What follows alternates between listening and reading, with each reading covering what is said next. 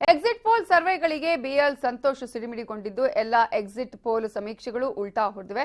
2008ರಲ್ಲಿ BJP 14 ಕ್ಷೇತ್ರಗಳ 24,000 ಬೂತ್ಗಳಲ್ಲಿ lead ಅನ್ನ ಪಡೆದಿರಲಿಲ್ಲ. ಈ ಸಲ ಬಿಜೆಪಿಗೆ 31,000 ಬೂತ್ಗಳಲ್ಲಿ ಲೀಡ್ ಬರಲಿದೆ. ಎಷ್ಟು ಸ್ಥಾನ ಗೆಲ್ತೀವಿ ಅಂತ ಸಮೀಕ್ಷಾದಾರರೇ ಊಹಿಸಲಿ ಬಿಡಿ ಅಂತ ಬಿಜೆಪಿ ರಾಷ್ಟ್ರೀಯ ಸಂಘಟನಾ ಪ್ರಧಾನ ಕಾರ್ಯದರ್ಶಿ ಬಿಎಲ್ ಸಂತೋಷ್ ಟ್ವೀಟ್ ಅನ್ನ ಮಾಡಿದ್ದಾರೆ.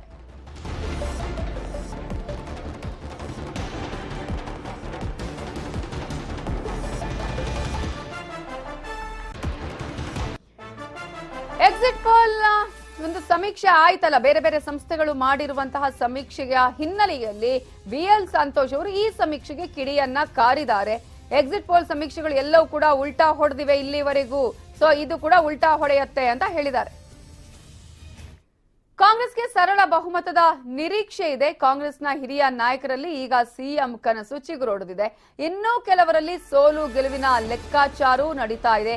ಸಮೀಕ್ಷೆಗಳ ಪ್ರಕಾರ ಕಾಂಗ್ರೆಸ್ಗೆ ಸರಳ ಬಹುಮತ ಬರುವಂತಹ ನಿರೀಕ್ಷೆ ಇರುವ ಹಿನ್ನೆಲೆಯಲ್ಲಿ ಕಾಂಗ್ರೆಸ್ನ ಹಿರಿಯ ನಾಯಕರಲ್ಲಿ ಮತ್ತೆ ಸಿಎಂ ಕನಸು ಆ ಆಸೆ ಚಿಗುರಿದೆ. ಶಾಸಕರ ಬಲದೊಂದಿಗೆ ಸಿಎಂ ಆಗುವ ಉತ್ಸಾಹದಲ್ಲಿದ್ದಾರೆ ಸಿದ್ದರಾಮಯ್ಯ. ಪಕ್ಷ ನಿಷ್ಠೆ, ಕೆಪಿಸಿಸಿ ಅಧ್ಯಕ್ಷ ಸ್ಥಾನದ ಆಧಾರದ ಮೇಲೆ ಸಿಎಂ ಹುದ್ದೆಯ ಮೇಲೆ ಕಣ್ಣಿಟ್ಟಿದ್ದಾರೆ ಡಿಕೆಶಿ.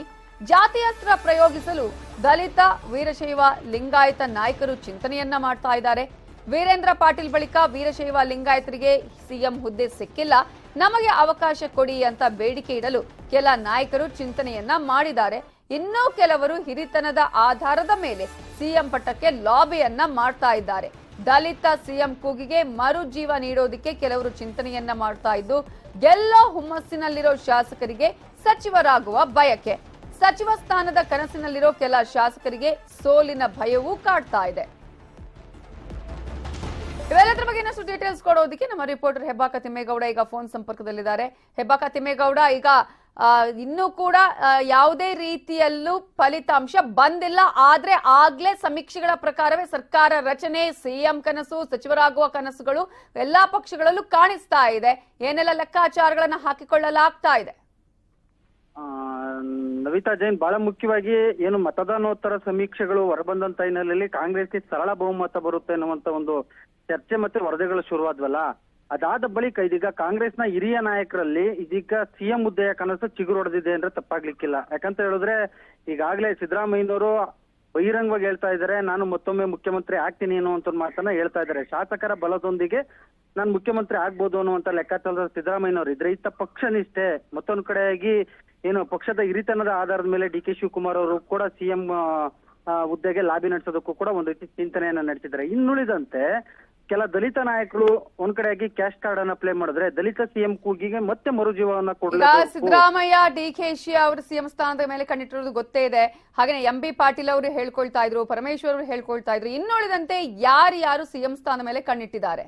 ಎಸ್ ನವಿತಾ ಜೈನ್, ನಾನು ಈಗ ಅದೇ ವಿಚಾರಕ್ಕೆ ಬರ್ತಾ ಇದ್ದೆ. ಒಂದ್ ಕಡೆಯಾಗಿ ಇದೀಗ ಹಿರಿತನದ ಆಧಾರದ ಮೇಲೆ ಮತ್ತೆ ದಲಿತ ಸಿಎಂ ಕೂಗಿಗೆ ಮರುಜೀವ ನೀಡಬೇಕು ಅನ್ನುವಂತ ಚಿಂತನೆಯಲ್ಲಿ ಪರಮೇಶ್ವರ್ ಇದ್ರೆ, ಇತ್ತ ವೀರೇಂದ್ರ ಪಾಟೀಲ್ ಅವರ ನಂತರ ಕಾಂಗ್ರೆಸ್ ಪ್ರಚಾರ ಸಮಿತಿ ಅಧ್ಯಕ್ಷರು ಆಗಿರ್ತಕ್ಕಂತ ಮಾಜಿ ಸಚಿವ ಎಂಬಿ ಪಾಟೀಲ್ ಅವರು ಇಲ್ಲಿ ವೀರಶೈವ ಲಿಂಗಾಯತ ಕ್ಯಾಶ್ ಕಾರ್ಡ್ ಅನ್ನ ಪ್ಲೇ ಮಾಡೋದಕ್ಕೆ ಚಿಂತನೆಯನ್ನ ನಡೆಸಿದ್ದಾರೆ ಅನ್ನುವಂತ ಒಂದು ಚರ್ಚೆ ಇದೀಗ ರಾಜ್ಯ ರಾಜಕಾರಣದಲ್ಲಿ ಕೇಳಿ ಬರ್ತಾ ಇರ್ತಕ್ಕಂಥದ್ದು. ಈ 4 ಮಂದಿ ಇದೀಗ ಏನು ಪ್ರಬಲವಾಗಿ ಸಿಎಂ ಹುದ್ದೆಗೆ ಲಾಬಿಯನ್ನ ಮಾಡೋದಕ್ಕೆ, ಅದರಲ್ಲೂ ಕೂಡ ಸಿಎಂ ಹುದ್ದೆಯ ಪ್ರಬಲ ಆಕಾಂಕ್ಷಿಗಳು.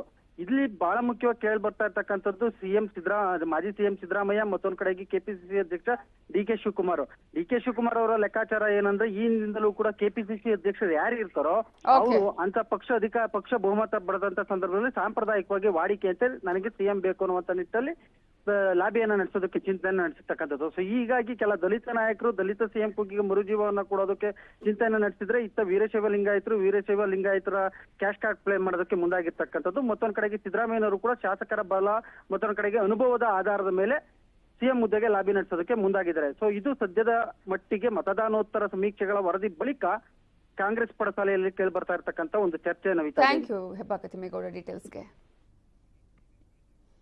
ಕಾಂಗ್ರೆಸ್ನಲ್ಲಿ ಈಗಲೇ ಸಿಎಂ ಆಯ್ಕೆಯ ಚರ್ಚೆ ಆಗ್ತಾ ಇದ್ದು, ಸಿಎಂ ಮಾಡ್ತೀನಿ ಅಂದರೆ ಬೇಡ ಅನ್ನಲ್ಲ ಅಂತ ಹೇಳಿದ್ದಾರೆ ಪರಮೇಶ್ವರ್ ಅವರು.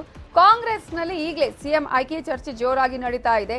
ಮತದಾನೋತ್ತರ ಸಮೀಕ್ಷೆಗಳಲ್ಲಿ ಯಾವ ಸರ್ವೆಗಳು ಆ ಒಂದು ಕಾಂಗ್ರೆಸ್ ಬಿಜೆಪಿಯ ಜೆಡಿಎಸ್ಗೆ ಎಷ್ಟು ಸ್ಥಾನ ಬರಬಹುದು ಅನ್ನುವಂಥ ವಿಚಾರವನ್ನ ಹೇಳಿದ್ನಲ್ಲ, ಆ ನಂತರದ ಬೆಳವಣಿಗೆಗಳು ಇವೆಲ್ಲವೂ ಕಾಂಗ್ರೆಸ್ನಲ್ಲಿ ಈಗಲೇ ಸಿಎಂ ಆಯ್ಕೆಯ ಚರ್ಚೆ ಅಂತ ಜೋರಾಗಿ ನಡೀತಾ ಇದೆ. ಈಗಲೇ ನಾವು ಹೇಳ್ತಾ ಇದ್ವಿ. ಅದೇ ರೀತಿಯಾಗಿ ಪರಮೇಶ್ವರ್ ಅವರು ಕೂಡ ಹೇಳಿದ್ದಾರೆ, ಸಿಎಂ ಕೊಟ್ಟರೆ ನಾನು ಯಾಕೆ ಬೇಡ ಅನ್ಲಿ, ಎಲ್ಲವೂ ಹೈಕಮಾಂಡ್ಗೆ ಬಿಟ್ಟಿದ್ದು ಅಂತ ಹೇಳಿದ್ದಾರೆ ಪರಮೇಶ್ವರ್. ನೋಡೋಣ ಅದು ಯಾವ ಥರ ಹೈಕಮಾಂಡ್ನವ್ರ ತೀರ್ಮಾನ. ಅಲ್ಲಲ್ಲ, ಹೈಕಮಾಂಡ್ನವ್ರು ನನಗೆ ಸಿ ಎಂ ಕೊಡ್ತೀನಿ ಅಂದರೆ ಬೇಡ ಅಂತಾರೆ. ಜಿಲ್ಲೆ ಜನತೆ ಆಗ್ರಹ ಒಂದು ಕೂಡ ಇತ್ತು. ಜನರ ಅಪೇಕ್ಷೆಗಳಿರುತ್ತೆ, ನಮ್ಮ ಕ್ಷೇತ್ರದವರ ಅಪೇಕ್ಷೆ ಇರುತ್ತೆ, ನಮ್ಮ ಮತದಾರರ ಅಪೇಕ್ಷೆ ಇರುತ್ತೆ. ಅದೆಲ್ಲವೂ ಅಪೇಕ್ಷೆಯಂತೆ ಆಗೋದಿಲ್ಲ. ನಮ್ಮಲ್ಲಿ ಭಾಳ ಕ್ಯಾಲ್ಕುಲೇಷನ್ಸ್, ನಾನು ಹೇಳಿದ್ನಲ್ಲ, ಈ ಸಂದರ್ಭದಲ್ಲಿ ಯಾರಿಗೆ ಆಡಳಿತ ಕೈ ಕೊಟ್ಟರೆ ಚೆನ್ನಾಗಿ ಮಾಡ್ತಾರೆ ಮತ್ತು ಎಲ್ಲ ಥರದ ಪರ್ಮಿಟೇಷನ್ ಕಾಂಬಿನೇಷನ್ ನೋಡ್ತಾರೆ ಹೈಕಮಾಂಡ್.